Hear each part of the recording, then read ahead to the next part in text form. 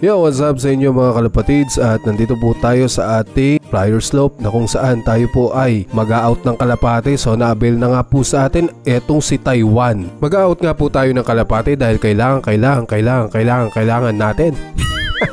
Ito ang box na gagamitin po natin para sa pagdala sa ibon, no? Ayan, magko-commute lang kasi tayo. So pasensya na, kinakailangan talaga natin ng budget ngayon. Ayan, punta na po tayo. Let's go! At inuli na po natin itong Taiwan natin. Yan, at ilalagay na natin sa cesto box. Nakakalungkot man, pero ganun talaga. So nangangailangan kasi talaga tayo. At ito ang ibon na to. Ayan, napakaangas nga niyan, boy. Tingnan nyo naman ang ibon na to. Ayan, pakita natin ang pakpak. Alright, diba? Ang ganda, oh. I-flex din natin ang kanyang ring.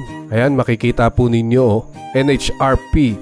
Tapos ayan ang kanyang sensor. One tie na one tie, pak na pak, kalapating may pakpak. At isilid na nga po natin ito dito sa plus cesto box. Ayan, tingnan nyo naman. Oh, diba?